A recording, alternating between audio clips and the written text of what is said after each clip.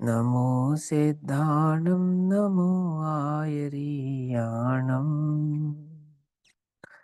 नमो वज्रायाणं नमो लोये सवसाहुणम्।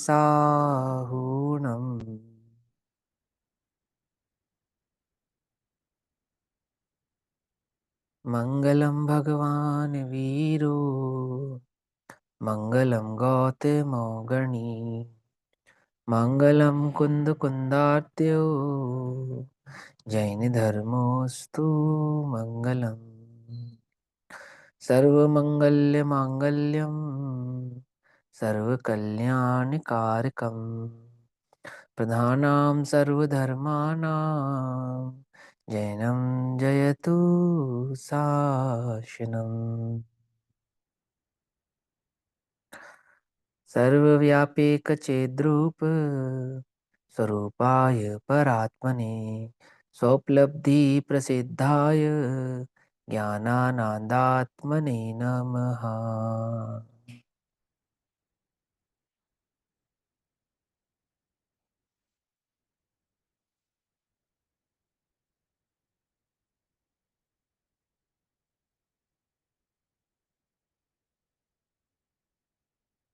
हमारे दोपहर कालीन स्वाध्याय का विषय चल रहा है श्री प्रचन सारजी प्रमागम। श्री प्रचन सारजी प्रमागम का स्वाध्याय हम सभी आचार्य अमृतचंद्र देव द्वारा रचित तत्व प्रदीपिका तथा आचार्य जयसेन देव द्वारा रचित तात्पर्य वृत्ति टीका के आधार से कर रहे हैं।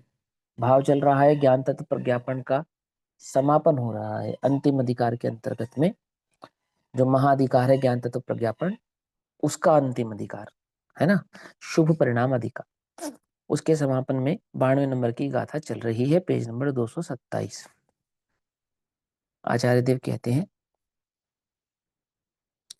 जो निहद मोह दिठी आगम कुशलो विराग चरियमहि अबुद्धिठो महप्पा धम्मोति विशेषिदो समणो।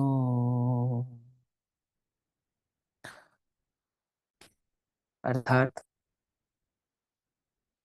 मोह दृष्टि हत आगम कौशल वीतराग चारित्रारूढ़ ऐसे महाश्रमण महात्मा को ही धर्म कहे श्री जिनवर सूत्र। 192 नंबर की गाथा का भाव चल रहा है।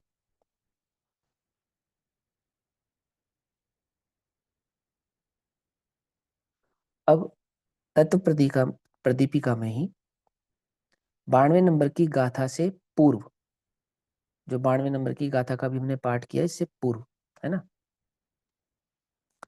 एक समूह पीठिका कर रहे हैं, अर्थात एक प्रकार से उपसंहार कर रहे हैं कि अभी तक हमने क्या क्या समझा, क्या क्या पढ़ा। पेज नंबर 227 पे आ जाइए एक बार, है ना।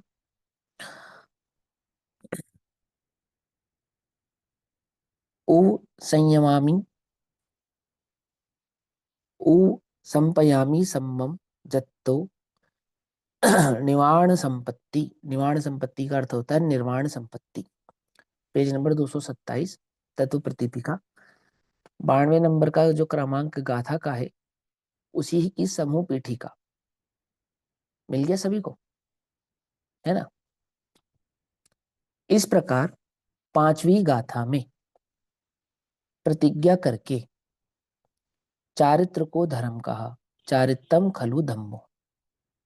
ठीक, किसको चारित्र कहा?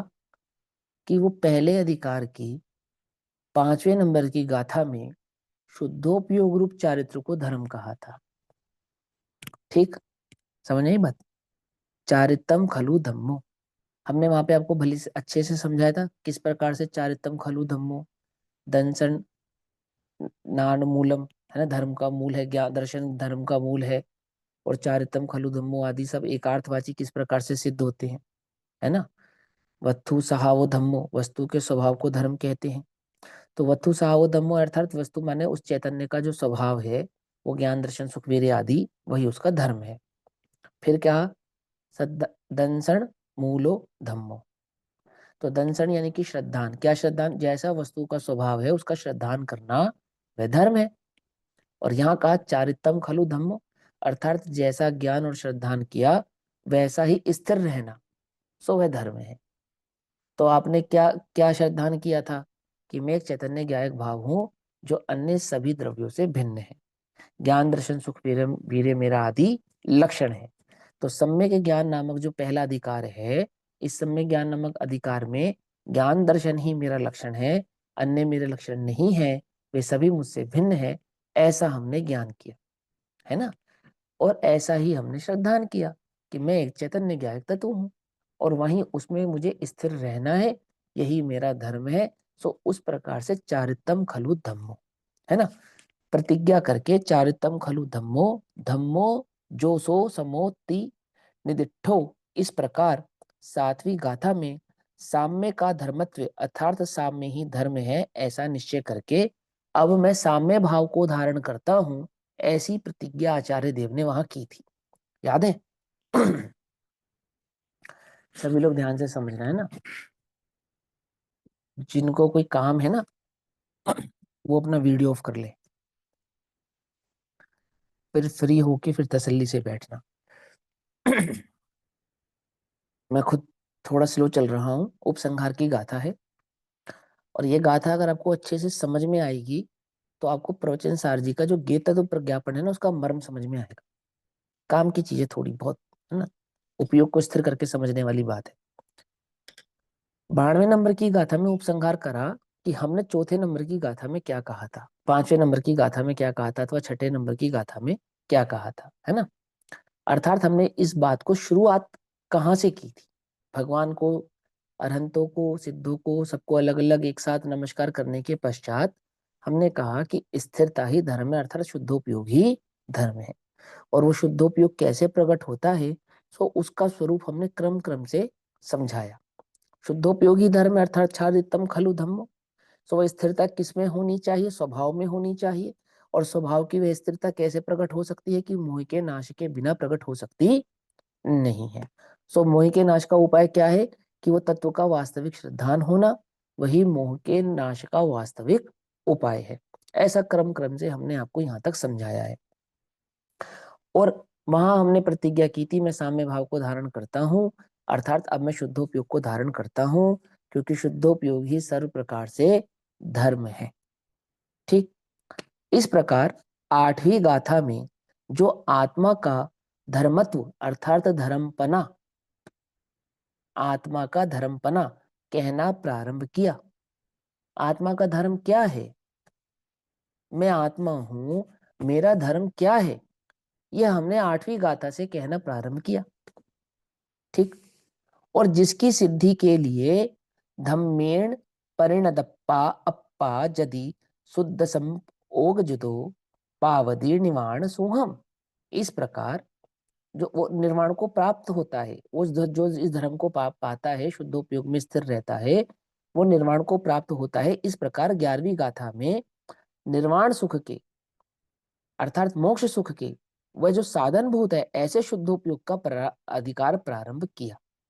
समझ में आई बात नहीं समझ में? इस अधिकार में हमने कहाँ से बात शुरू की, क्या क्या सीखा, किस प्रकार से समझा, उसका स्वरूप यहाँ पर बतला रहे हैं। देखो, साहित्य की भाषा में एक होता है सिंहावलोकन। क्या होता है? सिंहावलोकन। सिंहावलोकन का अर्थ क्या होता है भैया? सिंहावलोकन का अर्थ होता है कि जिस प्रकार शेर अपना कार्य करने के लिए उठता है तो अपना कार्य करने से पूर्व पीछे मुड़कर देखता है एक बार। क्या समझे? जैसे शेर अपना कोई कार्य करने उठा, शिकार करने उठा, तो जहां जिस स्थान पर वो बैठा था उस स्थान से उठने के पश्चात शिकार करने के लिए जाने के लिए अथवा अन्य कोई कार्य करने के लिए जाने के लिए जब वो तत्पर होता है, आगे बढ़ने के लिए तत्पर होता है, तो आगे बढ़ने से पहले क्या करता है, एक कदम पीछे लेता है। ऐसा है वास्तव में बात तो। क्या करता है? एक कदम पीछे लेता है। सुना होगा, प्रसिद्ध है लोक में काव्य की, शेर अगला कदम बढ़ाने से पूर्व एक कदम पीछे उठता है और फिर झपटता है आगे, है ना। तो साहित्य में भी एक सिंहावलोकन होता है कि जब हमें कोई महत्वपूर्ण कार्य करने जा रहे हो तो उस महत्वपूर्ण कार्य को करने से पूर्व, उस महत्वपूर्ण कार्य करने से पूर्व की भूमिका में हमने क्या क्या तैयार किया है, उसका एक बार हम भली प्रकार से अवलोकन कर ले।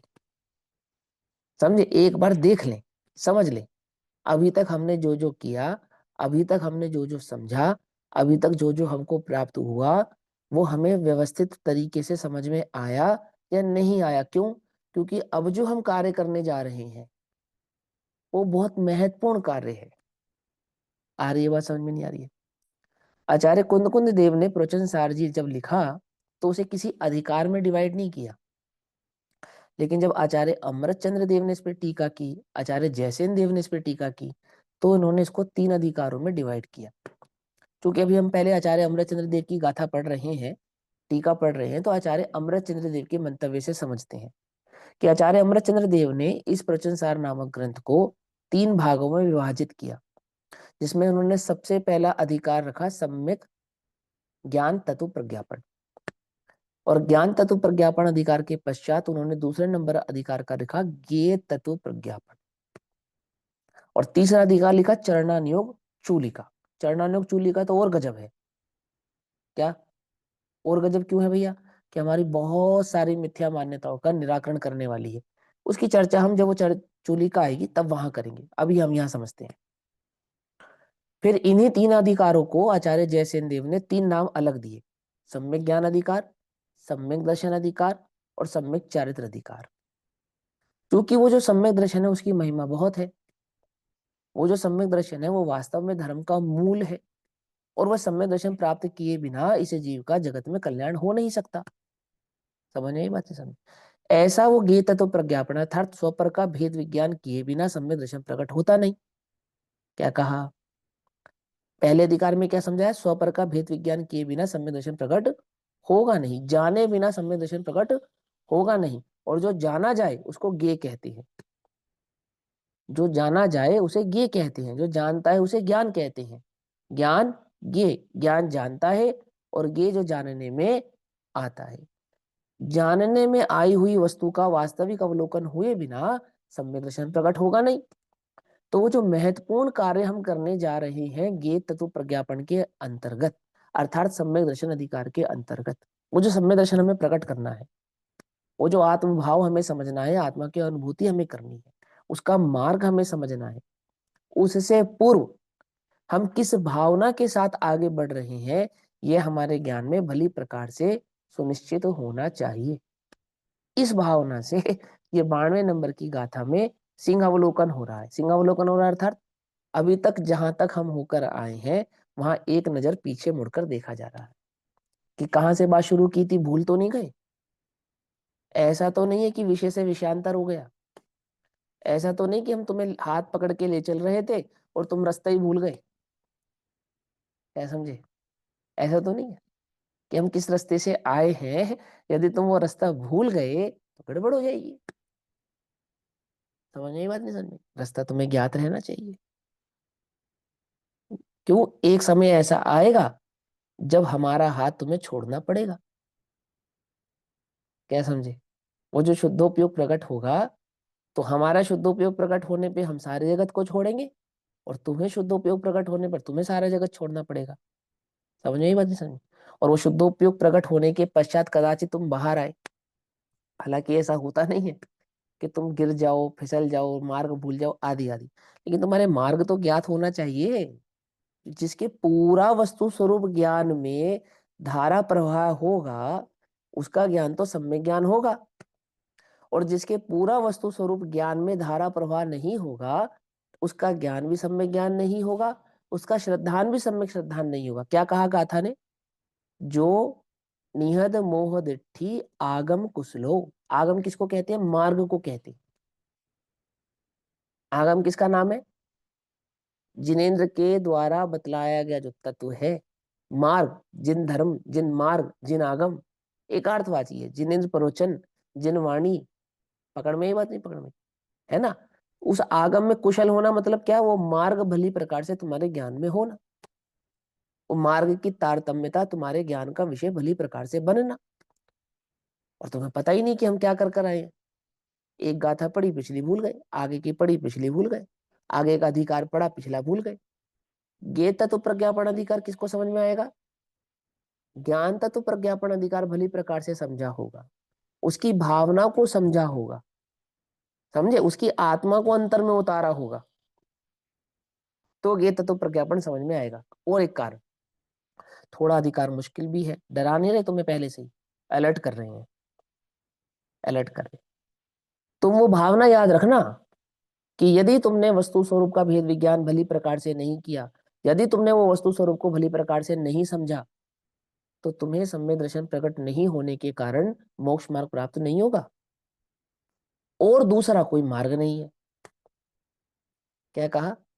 दूसरा कोई उपाय नहीं है। अब ये बात हम तुमको बार बार थोड़ी बताएंगे, गीता तो प्रज्ञापन में तो हम तुम्हें वस्तु का स्वरूप समझाना शुरू करेंगे, और वो वस्तु का स्वरूप समझने में बाय चांस तुम्हें डिफिकल्टी लगने लगे, मुश्किल लगने लगे, तुम्हें लगने लगे रे ये तुम तुमसे बड़ी मेहनत करा रहे हो, तो हम तुम्हें याद करा दे भैया दूसरा मार्ग नहीं है।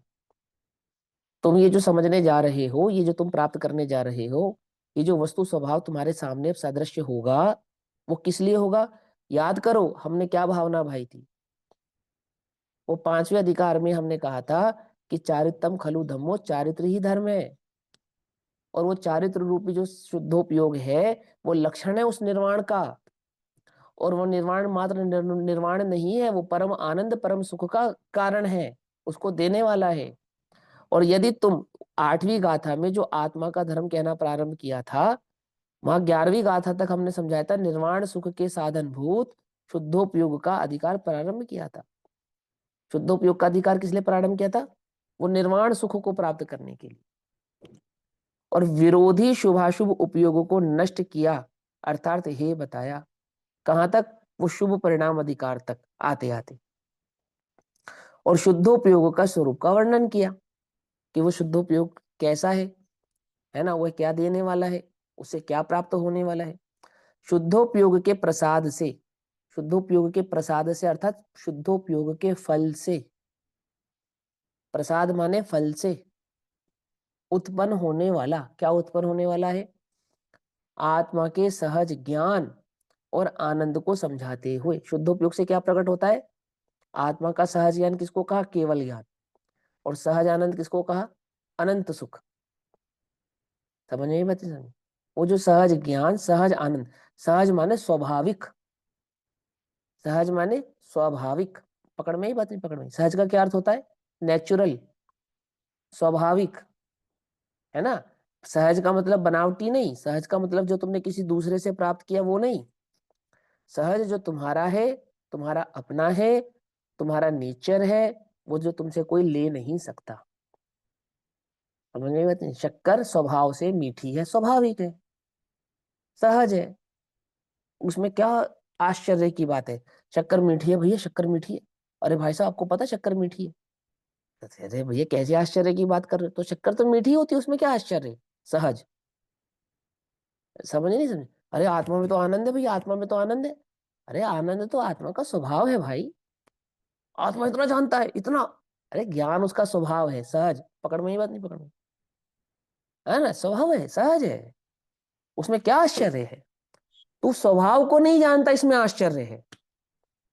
तुझे शक्कर मीठी लगती है, वो तुझे उसमें आश्चर्य होता है, हमें इसमें आश्चर्य होता है क्या?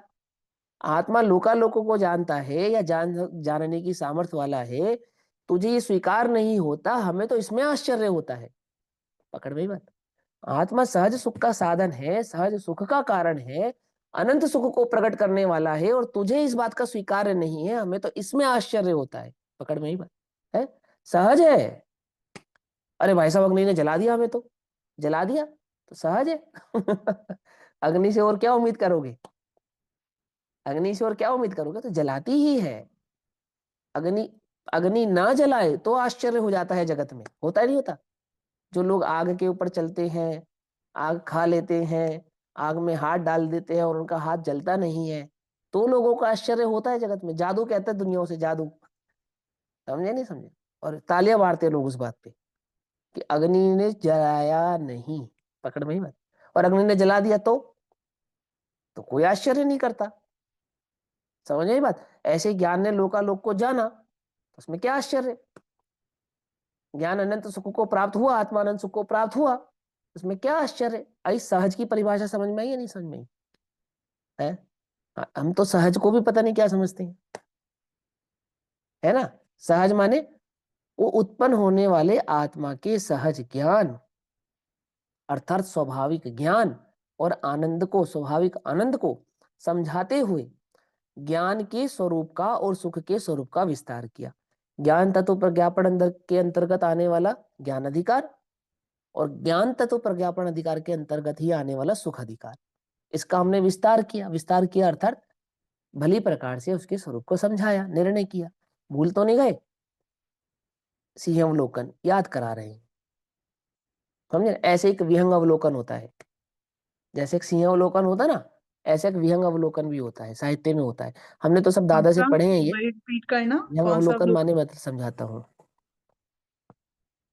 पक्षी होता है पक्षी, तो वो बाज से उसकी तुलना करते हैं, क्योंकि सबसे ऊंचा उड़ने वाला पक्षी बाज होता है, सबसे ऊंचाई से उड़ता है। तो जैसे बाज ऊंचाई से उड़कर और अपनी तेज नजर से पूरी उस जो उसका एरिया है, उस एरिया का पूरा अवलोकन कर लेता है पैनी दृष्टि से, और फिर एक टारगेट सेट कर लेता है, सारी जगह देख लेता है। उसको देखने के लिए नीचे उतर के आना नहीं पड़ता, बाज को देखने के लिए नीचे उतर के आना नहीं पड़ता, वो ऊंचाई से ही अपने पूरे एरिया को एक साथ एट अ ग्लांस देख लेते हैं। जैसे हम ऊंचाई से नीचे देखेंगे तो हमें ज्यादा एरिया नजर आएगा ना, कवर कर पाएंगे हम, लेकिन वो बाज की दृष्टि होनी चाहिए, पैनी दृष्टि। ऐसा नहीं वो चढ़ गए ऊपर और नजर नहीं आया नीचे कुछ भी है। ऐसा नहीं, मैंने बाज जैसी पैनी दृष्टि से जब पूरा अवलोकन किया जाता है, अपने एरिया का निरीक्षण किया जाता है। तो ऐसे ही जब आपने जो भी वस्तु स्वरूप सीखा, वस्तु स्वरूप समझा, या साहित्य में जो जाना, उसको पूरे एट अ ग्लांस को एक पैनी दृष्टि से भली प्रकार से समझ लिया कि मैंने क्या क्या सीखा, क्या क्या समझा, उसके मूल मूल मेन मेन पॉइंट्स कौन से हैं, क्या मुझे ज्ञातव्य होना चाहिए, कितना मेरे ज्ञान का विषय बने रहना चाहिए, कौन कौन सी बातें मेरे टिप्स पे होनी चाहिए, कौन कौन सी बातें मैं भूल भी जाऊं तो फर्क नहीं पड़ेगा, आदि आदि। ऐसा जो पूरा आद्योपान एट अ ग्लांस होता है, परफेक्ट एट अ ग्लांस, उसको कहते हैं विहंग अवलोकन। अवलोकन, अवलोकन माने भली प्रकार से देखना, लोचन माने होता है आंख, और देखना माने लोकन, आंख से देखा जाए सो लोकन। ये जो तीन लोक नाम है ना, लोक, ये नाम भी इसलिए पड़ा कि अनंत अथाह संसार, यानी आकाश गंगा है ना, आकाश में, आकाश में के मध्य में एक त्रिलोक माने छह द्रव्यों के समूह के भाव वाला एक स्थान बना है, जो कि देखा जाता है। क्योंकि देखा जाता है, रूपी है, इसलिए उसका नाम लोक पड़ा। पकड़ में ही बात नहीं पकड़ में? हालांकि वहां रूपी पदार्थ भी है, अरूपी पदार्थ भी है, परंतु पुद्गल जो कि देखा जा सके ऐसा रूपी पदार्थ पूरे अथाह संसार में, अनंत संसार में, अनंत ये कहो आकाश गंगा में कहो या आकाश समुद्र में कहो, जिसको आप आलोक आकाश कहते हो, वहां एक लोकाकाश है। लोकाकाश है अर्थात ऐसा आकाश जो देखा जा सके। समझ में? मैंने आकाश का एक ऐसा हिस्सा जिसका हम लोकन कर सकें, देख सकें, इसलिए वो लोक नाम पड़ा लोक। तीन लोक, लोक माने जो देखा जा सके, लोकन माने भली प्रकार से देखना, अवलोकन ठीक प्रकार से देखना। और किसकी तरह देखना? तो एक है सिंह अवलोकन यानी शेर की तरह देखना, और एक है विहंग अवलोकन अर्थात बाज की तरह देखना। पकड़ो ये बात। तो अभी हम क्या कर रहे हैं? अभी हम कर रहे हैं सिंह अवलोकन यानी शेर की तरह देख रहे हैं, अर्थात जो अभी तक हमने पढ़ा और समझा है उस पे दृष्टिपात कर रहे हैं। अंत में क्या होगा? अंत में होगा विहंग अवलोकन। हमें आद्योपांत ग्रंथ की पूरी जानकारी, पूरी खबर, पूरी समझ हमारे ज्ञान, श्रद्धान और आत्मा के अनुभूत भाव में स्थापित होगी। वो क्या कहलाएगा? वो विहंग अवलोकन कहलाएगा। समझ में? बात नहीं समझ में? है ना। तो अभी अभी यहाँ क्या हो रहा है? यहाँ समझा रहे हैं कि अभी तक तुमने क्या क्या सीखा, क्या क्या समझा, क्या क्या जाना। टू बी कंटिन्यू, रिकैप है, अभी तक आपने देखा। ऐसा यहाँ चल रहा है। तो क्या कहते हैं? सुख स्वरूप का विस्तार किया, उसे अर्थात उस आत्मा के धर्मत्व को अब चाहे जैसे ही, अब चाहे जैसे ही मतलब, अब चाहे जैसे भी मतलब ऐसे नहीं कि अपनी मर्जी के मार्ग से जैसा मुझे ठीक लगेगा वैसे। अब चाहे जैसे भी का अर्थ है आचार्य अमरचंद्र देव समय सार की टीका में अब चाहे जैसे भी का अर्थ करते हैं, मर पच के भी। क्या करते हैं अर्थ? अब चाहे जैसे भी मतलब मर पच के भी, अर्थात जो मुझे सुख के कारण लगते थे अब उनसे दृष्टि हटती है तो हटाकर मुझे थोड़ी वो तकलीफ महसूस होती है तो कोई बात नहीं। क्या कहा? समझ में बात? नहीं समझ? भैया मुझे मोह के अमरचंद मुझे मोह आचार्य के देव संबंध कहते हैं, टूटते हैं तो टूट जाने दो। अब चाहे जैसे भी, अब चाहे कुछ भी हो, मर पच कर भी क्या करना है? शुद्धोपयोग के प्रसाद से, अर्थात उस आत्मानुभूति के प्रसाद से, फल से, सिद्ध करके, सिद्ध करके अर्थात प्राप्त करके। कैसे प्राप्त करूंगा मैं? आत्मानुभूति शुद्धोपयोग के प्रसाद से प्राप्त होगा, शुद्धोपयोग के प्रसाद से प्राप्त होगा। अर्थात जो शुद्धोपयोग से ही पाया जाएगा, कल्पना से नहीं पाया जाएगा, मन मर्जी से नहीं पाया जाएगा कि अब तो हमारा छठा गुण स्थान हो गया बनारसी दास जी जैसा, ऐसा नहीं पाया जाएगा। क्या समझे? अथवा व्यवहाराभासी होकर नहीं पाया जाएगा, उभयाभासी होकर नहीं पाया जाएगा, निश्चयाभासी होकर नहीं पाया जाएगा, गृहीत मिथ्यात्वी होकर नहीं पाया जाएगा। कैसे पाया जाएगा? शुद्धोपयोग से ही पाया जाएगा। समझ में ये बात? नहीं समझ में आई? है? शुद्धोपयोग के प्रसाद से सिद्ध करके। कैसे प्राप्त होता है? शुद्धोपयोग के प्रसाद से प्राप्त होता है। करके क्या करना? परम निष्प्रह अर्थात परम वीतराग भाव। परम निष्प्रह अर्थात परम वीतराग भाव, है ना? साधारण है, सिंपल। परम निष्प्रह, आत्म तृप्त, आत्म तृप्त अर्थात अपने में तृप्त, अपने स्वद्रव्य क्षेत्र काल भाव में स्थिर होकर, तृप्त होकर, जहां पर का कोई विकल्प नहीं है, पर की कोई दृष्टि नहीं है, पर की कोई इच्छा नहीं है, पर की कोई चाह नहीं है, कोई वांछा नहीं है, आत्म तृप्त होकर पारमेश्वरी प्रवृत्ति को प्राप्त होते हुए। आहा, जो ईश्वरों की प्रवृत्ति है, परमेश्वर कौन है? सिद्ध। सिद्धों की प्रवृत्ति कैसी है? कैसी है? एकमात्र आत्मा के आनंद में डूबे हुए, बस। तो जैसी उन सिद्धों की प्रवृत्ति है, ऐसी प्रवृत्ति को प्राप्त करते हुए पारमेश्वरी प्रवृत्ति। पकड़ में ये बात? तो पारमेश्वरी प्रवृत्ति क्या है? वही सातवें गुण स्थान से ऊपर के समस्त गुण स्थान पारमेश्वरी प्रवृत्ति कहलाते हैं।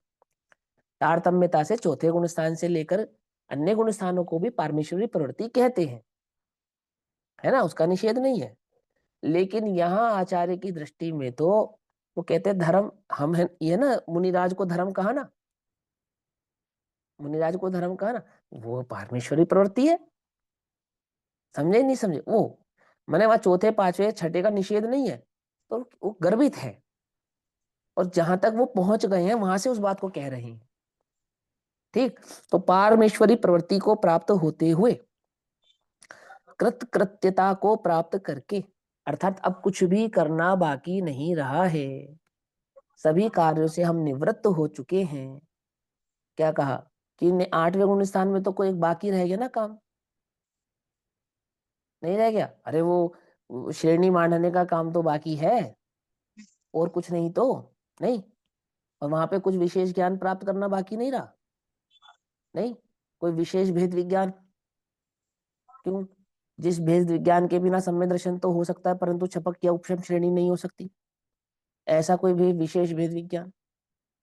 कृत कृत्य, अब कुछ बाकी नहीं रहा है, अब कुछ और विशेष बचा नहीं है। कृत कृत्य को प्राप्त करके अत्यंत अनाकुल होकर, अत्यंत अनाकुल होकर, अत्यंत अनाकुल होकर, अरे भैया मुनि व्रत धारण करोगे, नगन रहोगे, मच्छर काटेंगे, भूख लगेगी, प्यास लगेगी, सर्दी लगेगी, गर्मी लगेगी, अकेले रहोगे, वनखंड आदि में रहोगे, बीमार हो जाओगे, अत्यंत अनाकुल होकर। लोग का क्या होगा, संसार का क्या होगा, शरीर का क्या होगा, अत्यंत अनाकुल होकर। क्या समझे? कोई आकुलता नहीं रही। मेरा मोक्ष मार्ग का क्या होगा? मुझे मोक्ष नहीं हुआ तो क्या होगा? मैं किसी अन्य गति में चला गया तो क्या होगा? है? अरे भैया अभी तो पंचम काल है, पंचम काल में तो मोक्ष होता ही नहीं। अत्यंत अनाकुल होकर। पकड़ में ही बात? नहीं पकड़ में? कोई कोई आकुलता नहीं बची, कुछ बचा ही नहीं ना। वो जो स्वभाव प्राप्त हुआ है, उसकी जो स्थिरता प्राप्त हुई है, अब कुछ और आकुलता शेष रही नहीं है। लोग का क्या होगा? लोगों को धर्म मार्ग में कैसे चलेंगे? कैसे चलेंगे बताओ? मैं मुनि बना हुआ, मेरा काम है क्या कि मैं सबको धर्म मार्ग में चलाऊं? कुछ बात समझ में आती है? नहीं समझ में आती? उल्टा नहीं पकड़ना, बड़े ध्यान से समझना। अत्यंत अनाकुल होकर मंदिर कौन बनवाएगा? सूर्य मंत्र कौन देगा? लोगों को धर्म की राह कौन दिखाएगा? है? अत्यंत अनाकुल होकर। मोह लक्षण है, करुणा लक्षण है किसका? मोह का। अत्यंत अनाकुल होकर। अब तो क्या मुनिराज ऐसा सब करते नहीं है? कि करते हैं, परंतु उसे करने की आकुलता करते नहीं है। क्या कहा? सहजता से होता है सो ठीक है, नहीं होता है सो ठीक है। पकड़ना ध्यान से, अभी चरणानुग चूली का आएगी, वहां तो और विस्तृत भाव से कहेंगे ही। कुछ ऐसी बातें जो हमें जाननी चाहिए, अर्थात मैं हमें कहने का तात्पर्य मुमुक्षुओं को जाननी चाहिए, भली प्रकार से समझ में आनी चाहिए। और कुछ ऐसी बातें हैं जो दोनों पक्षों को समझनी चाहिए, अच्छे से समझनी चाहिए, वो चरणानुग चूलिका के अंदर है ना। तो यहाँ क्या कहते हैं? अत्यंत अनाकुल होकर। अनाकुल का लक्षण समझ रहे हो? नहीं समझ रहे हो? अभी भैया 1 घंटे बाद दिन छिपने वाला है, आज 4-5 पे क्लास छोड़ देना। अत्यंत अनाकुल होकर, पकड़ में ही बात? नहीं पकड़ में? मैं समझा रहा हूँ जो तुम्हें। समझे हाँ, क्या? कुली तो गए। अत्यंत अनाकुल होकर है, जिसके जिनके भेद वासना। आहा, भेद वासना मतलब वो जो गुण भेद आदि के भाव हैं, है ना, भेदों में अटकना है, चिंतन करना है, पर का चिंतन करना है, आदि आदि। अर्थात विकल्प परिणाम। भेद वासना माने विकल्प परिणाम। भेद वासना भी गुण भेद की वासना का नाम है यहाँ पे, बस, और दूसरा नहीं, है ना। भेद वासना अर्थात विकल्प परिणाम की प्रकटता का प्रलय हुआ है। आहा, कैसा? माने सभी प्रकार के विकल्पों का क्या हो गया? नाश हो गया, प्रलय हो गया, पकड़ में, विलीन हो गए, लय हो गए। प्रकृष्ट रूप से लय होने का नाम है प्रलय। प्रलय का अर्थ मतलब क्या होता है? अब दोबारा प्रकट नहीं होगा, उसको कहते हैं प्रलय। क्या समझे? बात समझ में आ रही है ना? क्या कह रहे? कितना कितना अंतरंग में उनके बहुमान है। वो क्या कह रहे? अब वह दोबारा प्रकट नहीं होगा, प्रलय हो गया। ये दोबारा प्रकट नहीं होगा, कैसी बात कर रहे हो आप? अभी तो आपको उपशम श्रेणी मंडेगी, श्रेणी तो होएगी नहीं, 7वें से तो ऊपर ही नहीं जाओगे, छठे में तो आना ही पड़ेगा। और वहां तो चारित्र मोहिनी कर्म की मुख्यता होएगी ही होएगी, संजलन की तीव्रता होगी ही होगी। होगी नहीं होगी? अनाकुल होकर क्या कहा? हम ये निश्चिंत हो गए हैं। क्या निश्चिंत हो गए हैं? कि उसका प्रलय हो गया, उन विकल्पों का, भेद विकल्पों का प्रलय हो गया है। ऐसा शुद्धोपयोग हमने प्रकट किया है, प्राप्त किया है, कि अब उनमें विकल्प आदि भावों का क्या हो गया है? प्रलय हो गया है, प्रलय हुआ है। ऐसे होते हुए आचार्य भगवान क्या कह रहे हैं? ऐसे होते हुए मैं स्वयं साक्षात धर्म ही हूं। आहा, देखो कितनी ताकत है कहने की, है। मैं स्वयं साक्षात धर्म ही हूं। कौन? आचार्य कह रहे हैं, समझना ध्यान से पहले। हमारे पास नहीं है वो हिम्मत अभी, हम झूठी झूठी तो कह सकते हैं, पकड़ना बात को। झूठी झूठी तो कह सकते हैं, सच्ची बात देखो, वहां वो जो जिस बल के कह रहे हैं, जिस बल के आधार से वो कह रहे हैं कि मुझे वो जो शुद्धोपयोग प्रकट हुआ है, वहां वहां उस शुद्धोपयोग में मैंने उन भेद विकल्पों का जहां नाश किया है, वो केवली कथित धर्म के वास्तविक स्वरूप को अंतरंग में प्रकट किया है। मुझे धर्म प्राप्त हुआ है ऐसा नहीं, मैं धर्म हूं, मैं धर्म हूं, ऐसा कह रहे हैं। पकड़ में ही बात, है ना। ये आज जो अहंकार ये सा रहे हम नहीं, मोक्ष अधिकारी।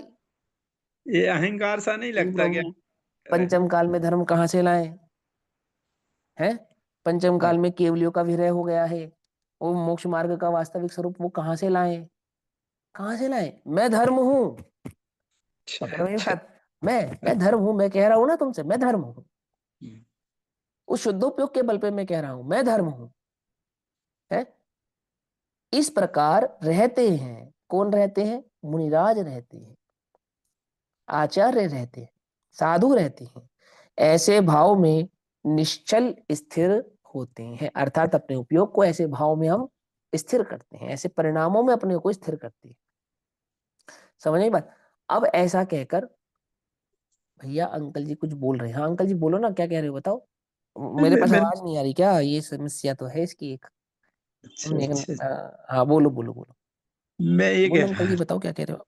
मैं ये कह रहा था, मुझे ही लगा कि वो कह रहे हैं आचार्य भगवंत कि तुम मैं ही धर्म हूँ, तो ऐसा हाँ कहने ऐसा नहीं लगता कि जैसे वो अहंकार में बोल रहे हो? हाँ, यही तो बात है। हाँ, अहंकार नहीं है, धर्म बोल रहा है, शुद्धोपयोग का अहंकार बल में बोल रहा अपने है। अहम में बोल रहे हैं ना, वो अहंकार ही हो गया। अपने में हाँ। इतना अहम बढ़ गया है। हाँ हाँ, लेकिन लोक में जो अहंकार है ना, ठीक है ना, एक होता है निरंकार, है। एक होता है अहंकार। तो अहंकार कोई बुरा थोड़ी है। समझे या नहीं समझे?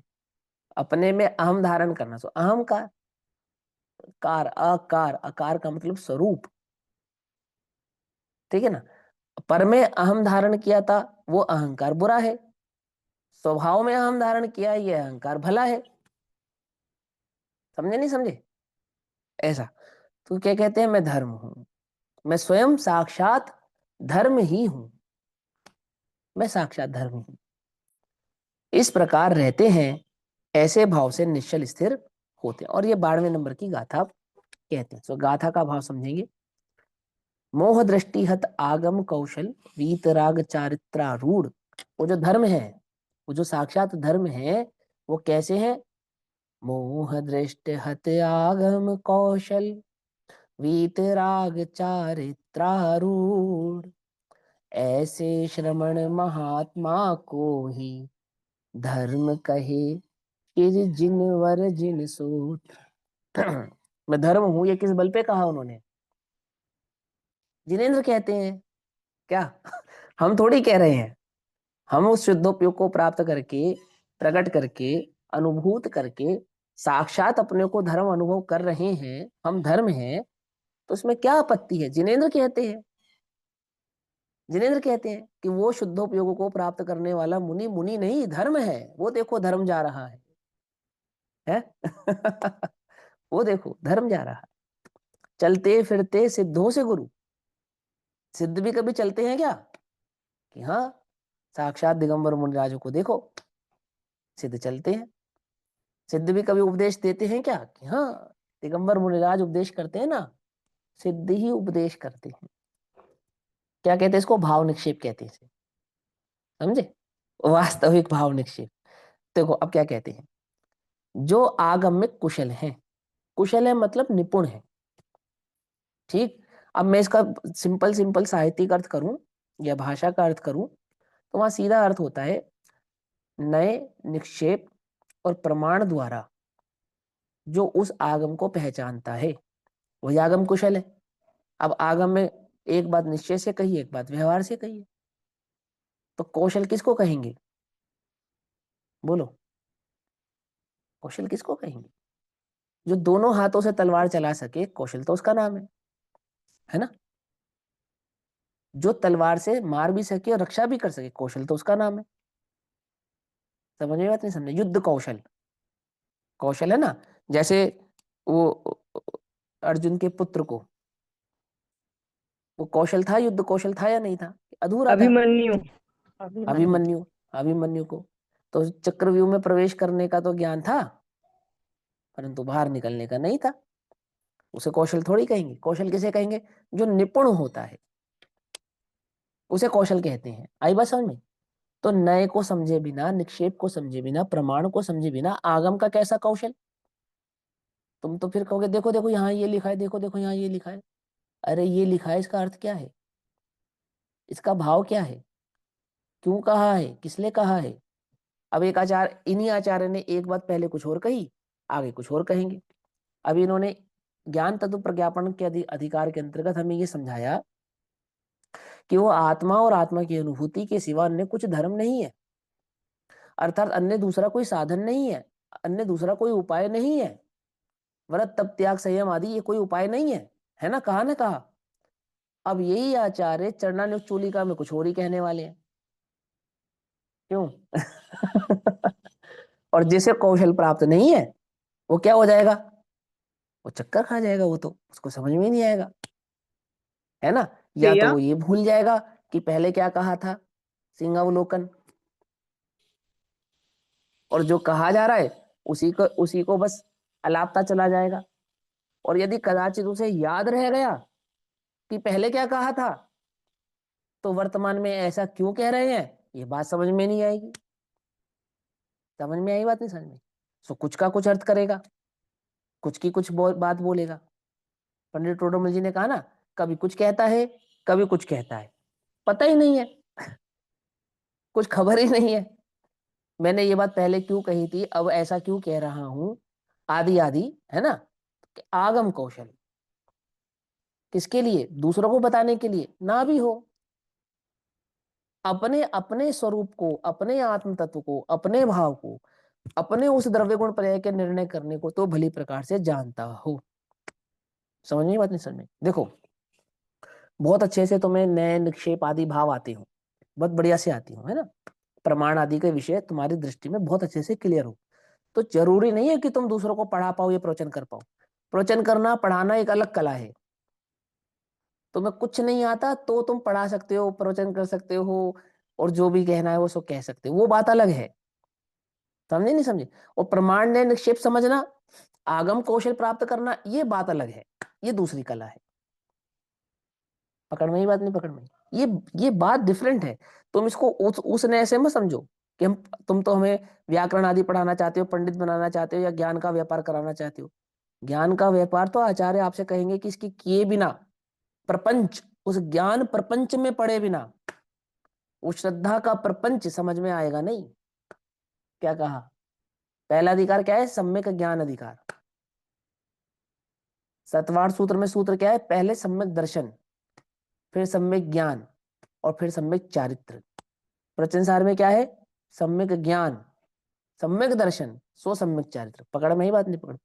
भैया समझ आ गया ज्ञान, कि नयों का ज्ञान ज्ञान क्यों जरूरी है।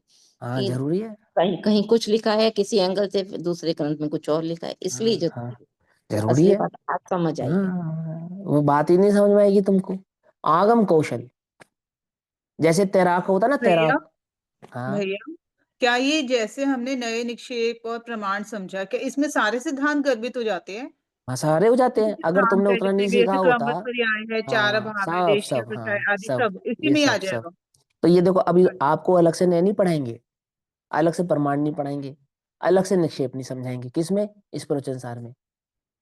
अलग से कुछ नहीं सिखाएंगे और सब कुछ सिखा देंगे आपको, हर चीज सिखा देंगे। कब और कौन से नए से क्या कहा किसने। अब जैसे आचार्य जयसेन देव की टीका हम पढ़ते हैं, तो आचार्य जयसेन देव की तो महारत ही इस बात में है, निश्चय से ऐसा, व्यवहार से ऐसा। अब खबर ही नहीं है क्या निश्चय क्या व्यवहार है। मालूम ही नहीं है। किसे तो निश्चय कहना, किसे तो व्यवहार कहना।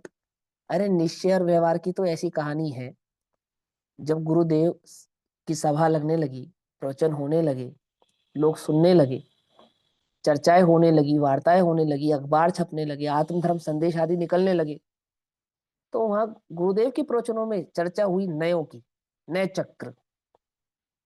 समझे? तो जैन लोग, जैनी, वो कहते थे कि ये सोनगढ़ियों ने क्या नया चक्कर निकाला है? क्या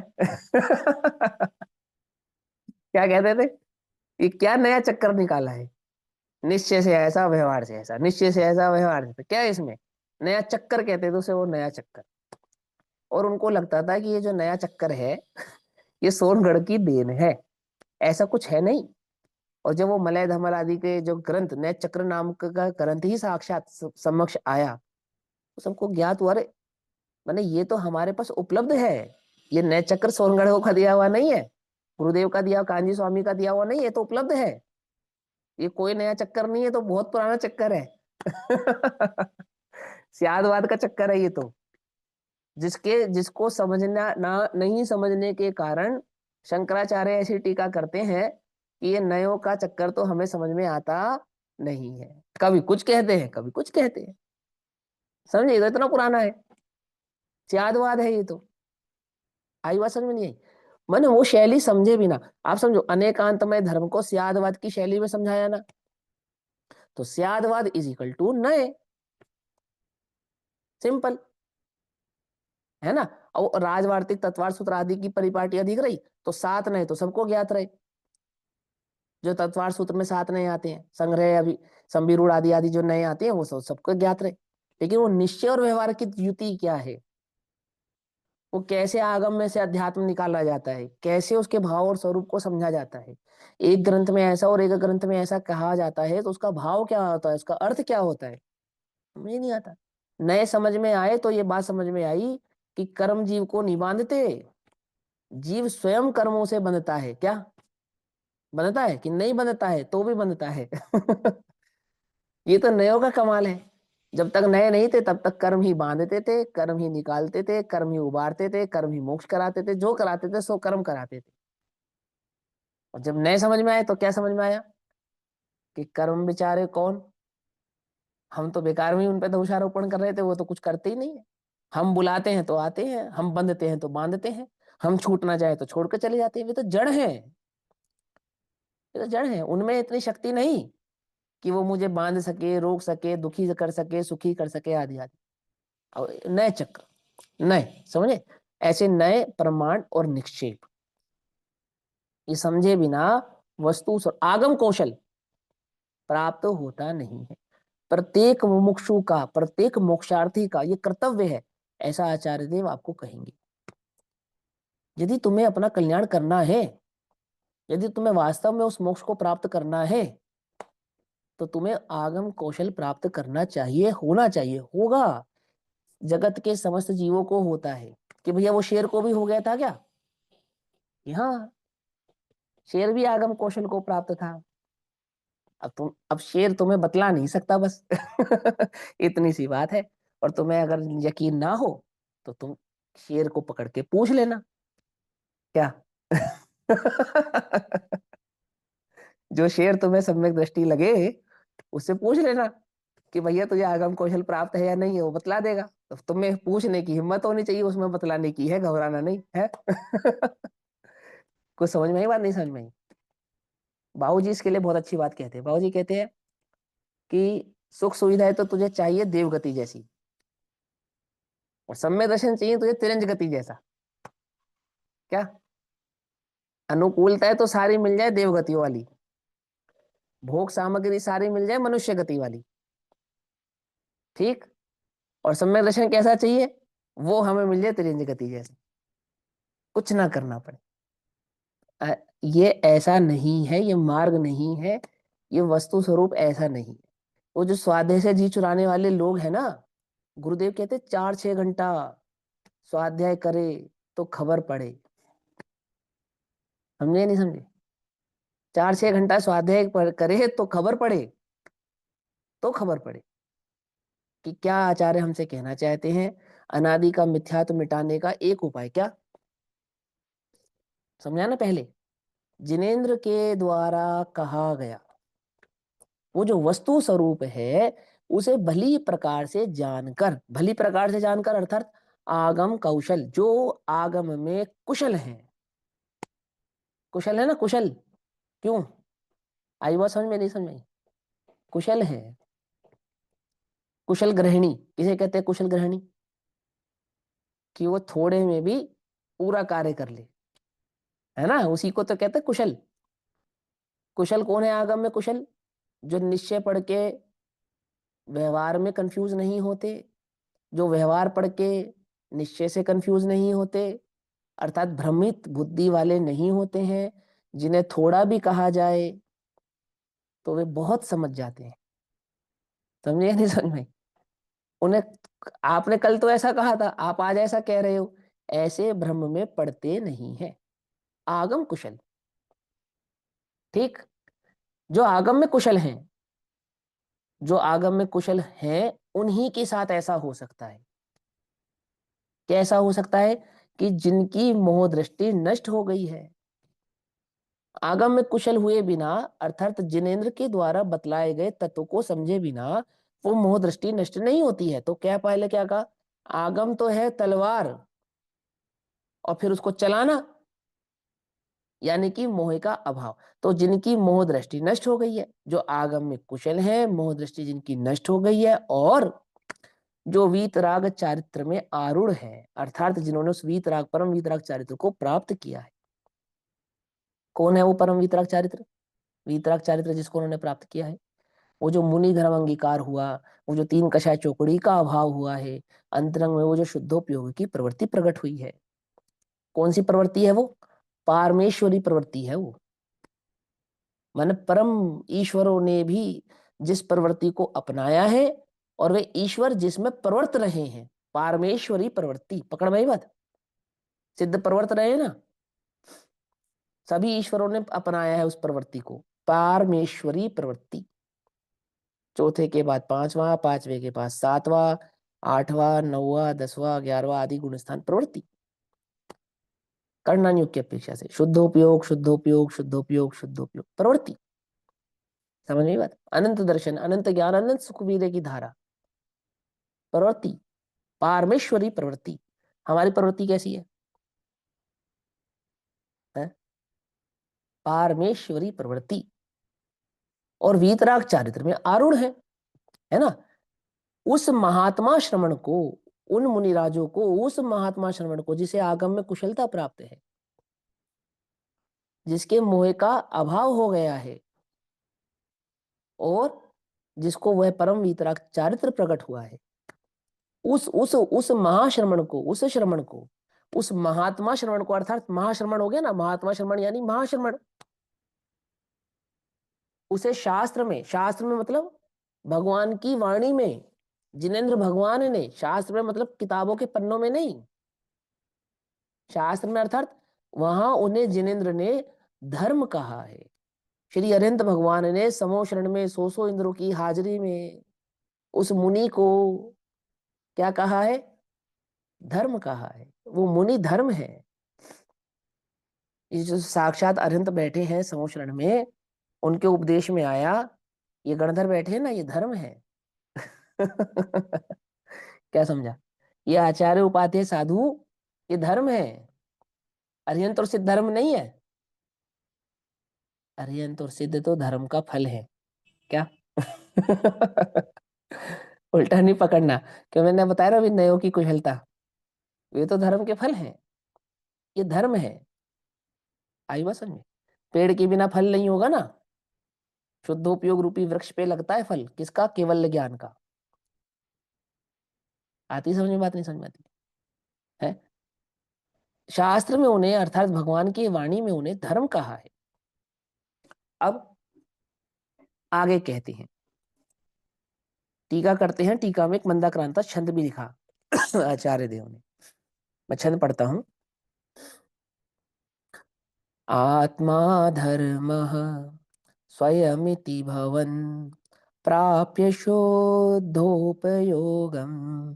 नित्यानंद प्रसरसरे से ज्ञान तत्वे निलीय प्राप्यस्त्यु उच्चैर्विचलतया निष्प्रकं प्रकाशन स्फुरज्योतिः सहज विलसद् रत्नद्वीपस्य लक्ष्मी निश्चिन्त्यात्माधिकृतमिति ज्ञानतत्त्वं यथावत् तत्सिद्ध्यर्थं प्रशमविषयं ज्ञेयतत्त्वं बुभुत्सुः सर्वानार्थान् कलयति गुणद्रव्यपर्याययुक्ता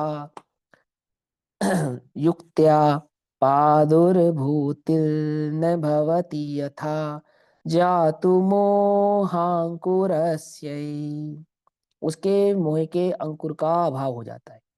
वो जो द्रव्य गुण पर्याय के स्वरूप को समझता है, उस द्रव्य गुण पर्याय के स्वरूप को जानने वाले के मोह का निलय विलय हो जाता है, शुद्धोपयोग प्रकट होता है।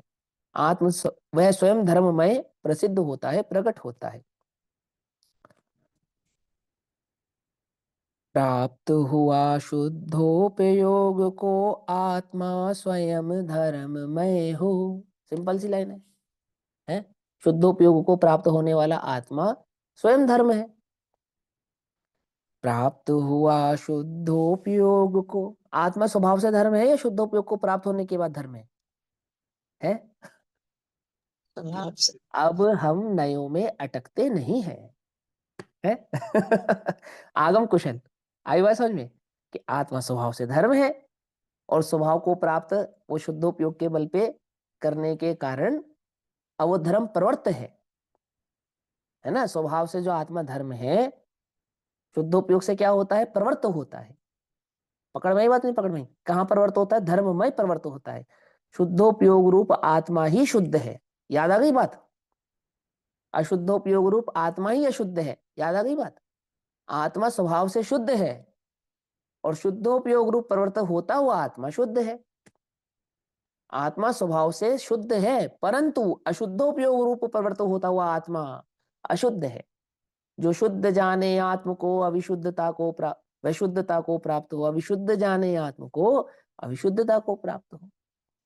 ये तो समय सारजी में भी कहा ना, ऐसा तो नहीं कि सिर्फ प्रवचन सारजी में कहा ने कि शुद्धोपयोग रूप प्रवृत्त होता हुआ आत्मा ही शुद्ध है। वहां क्या ऐसा कहा? वहां कहा जो शुद्ध जाने आत्म को वह शुद्धता को प्राप्त हो। जाने माने अनुभवे, जाने माने अनुभवे। यहाँ क्या लिखा?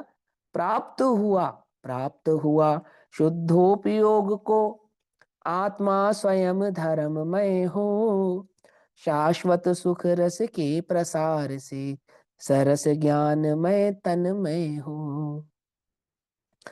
सरस ज्ञानमय तन्मय हो। ज्ञान भाव है ना, ज्ञान उपयोग, उस प्रकट ज्ञान में तन्मय हो। है अविचल रूप प्रकाशित ज्योति स्वरूप सहज जो विलसित है। प्रकट है, विलसित है माने, विलसित है माने प्रकट है। सिंपल, ऐसा ही है, स्वभाव से प्रकट है, विलसित है। अविचल रूप प्रकाशित ज्योति स्वरूप सहज जो विलसित है, अर्थात सहज नित्य उद्योतमान है, नित्य प्रकाशमान है ना। अविचल रूप प्रकाशित ज्योति स्वरूप सहज जो विलसित है। जो निष्कंप प्रकाशित शोभा रत्न द्वीप की पाता है, अर्थात वो शुद्धोपयोग के साथ उसमें तन्मय होता हुआ उस रूप, उस भाव को प्रकट करता है, प्रकाशित होता है, अकंप रहता है, निरंतर उस रूप ही परिणमित होता रहता है। आत्माश्रित इस ज्ञान तत्व का, कौन सा आश्रित? आत्माश्रित। आत्माश्रित जो आत्मा के आश्रय से प्रकट होता है, जो आत्मा के आश्रय से ही रहता है। पर्याय गुणों के आश्रय से रहती है, गुण द्रव्य के आश्रय से रहते हैं, गुण और पर्याय द्रव्य के आश्रय से रहते हैं। जो अपने द्रव्य तो भाव को प्राप्त हो उन्हें गुण और पर्याय कहते हैं। जो गुण और पर्याय को प्राप्त होता हो उसे द्रव्य कहते हैं। और वह ज्ञान किसको कहते हैं? जो आत्मा को प्राप्त होता हो। पकड़ में बात है? पकड़ में। आत्माश्रित, आत्माश्रित इस ज्ञान तत्व का यथा अर्थ निश्चय करके, कौन कह रहा है ये बात? कौन कह रहा है? किसने लिखी है टीका? आचार्य अमृतचंद्र देव कह रहे हैं। क्या आचार्य करके? अमृत। हाँ, निश्चय करके। क्या निश्चय करके? आत्माश्रित इस ज्ञान तत्व का, है ना, यथा अर्थ, सही अर्थ, सही भाव निश्चय करके, अर्थात धारण करके केवल ज्ञान प्रकट करने को प्रशम प्राप्ति उद्देश्य लिए। क्यों? ये केवल ज्ञान प्रकट करना उद्देश्य होना चाहिए कोई हमारा? आचार्य अमरचंद्र देव को इतनी सी बात नहीं पता? वो तो पर्याय है। क्यों? है कि उन्हें पता है तुम नयों में अटकते हो, वे नयों में नहीं अटकते, वे तो आगम कुशल हैं। है ना। कहाँ कहाँ दृष्टि नहीं करने की बात कही और अंतरंग में वास्तविक उद्देश्य क्या होना चाहिए या भावना क्या होनी चाहिए, वे अटकते नहीं है। नयों के जाल में, आगम में अटकते नहीं, आगम कुशल है वे। केवल ज्ञान प्रकट करने को प्रशम प्राप्ति उद्देश्य लिए अब ज्ञेय तत्व जिज्ञासु जगत को, क्या ज्ञेय तत्व, ज्ञेय तत्व कहाँ है? वो जो ज्ञेय तत्व प्रज्ञापन अभी आने वाला है, वो जो वस्तु स्वरूप जिसका विस्तार जानकर ही वो शुद्धोपयोग प्रकट होने वाला है, जिसका श्रद्धान करके ही वो आत्मा की अनुभूति प्रकट होगी। और वो आत्मा की अनुभूति कैसी? वो जो केवल ज्ञान को देने वाली है। ज्ञेय तत्व जिज्ञासु जगत को द्रव्य और गुण पर्याय से जाने जाने मोहांकुर उत्पत्ति कभी न हो किंचित उसको। पकड़ में आई बात? नहीं पकड़ में? क्या कहा अंतिम लाइन में? वो जो ज्ञेय तत्व प्रज्ञापन आने वाला है उसका यहाँ पर एक भूमिका के रूप में भी कहा कि ज्ञेय तत्व जिज्ञासु जगत को, ये जो जगत जानने जानने जानने जानने में जिज्ञासा रखता है ना, ये जान लो, ये जान लो, ये जान लो, ये जान लो, ये माने जो जाना जाए, उसका जो वास्तविक स्वरूप है ऐसा वह द्रव्य गुण पर्याय का जो स्वरूप है। ये कौन है? द्रव्य भी ज्ञेय है, गुण भी ज्ञेय है और पर्याय भी ज्ञेय है। छह द्रव्य ज्ञेय है और मैं ज्ञेय भी हूं और ज्ञान भी हूं। याद है ज्ञान तत्व प्रज्ञापन, ज्ञान अधिकार, पूरा विश्व छह द्रव्य ज्ञेय है और मैं ज्ञेय भी हूं, ज्ञान भी हूं। अर्थात जाना भी जाता हूं और जानने जानता भी हूं, अपने स्वयं के जानने में आता भी हूं और सारे जगत को जानता भी। ज्ञेय तत्व जिज्ञासु जगत को द्रव्य गुण और पर्याय से, अर्थात द्रव्य गुण पर्याय के स्वरूप को जानने से जाने। अगर वो द्रव्य गुण पर्याय के स्वरूप को भली प्रकार से जाने तो क्या होगा? मोह अंकुर उत्पत्ति कभी ना हो किंचित उसको। किंचित भी, किंचित माने, किंचित माने किंचित भी, रंच मात्र भी, रंच मात्र भी क्या नहीं हो सकती? मोह उत्पत्ति नहीं हो सकती, अर्थात उसके मोह उत्पन्न नहीं हो सकता। किंचित भी मोह उत्पन्न नहीं हो सकता। किसके? वो जो द्रव्य गुण पर्याय के स्वरूप को जानेगा उसके, आत्मा को जानेगा उसके नहीं। अभी कहा ना आत्माश्रित उस ज्ञान तत्व को, आत्मा का आश्रय तो लेगा ही, लेकिन किसके होगा उस आत्मा का आश्रय? वो जो द्रव्य गुण पर्याय के स्वरूप को भली प्रकार से पहचानेगा, उसके उसके उसके लिए हम ये ज्ञेय तत्व प्रज्ञापन में वो द्रव्य गुण पर्याय के स्वरूप को विस्तार से कहेंगे। पकड़ में ही बात? नहीं पकड़ में है ना? अब यहाँ से टीका करते हैं। तो अभी तो समय हुआ है ना, टीका हम कल पढ़ेंगे। तब तक के लिए सभी को जय जिनेन्द्र। ओम नमः सिद्धेभ्यः।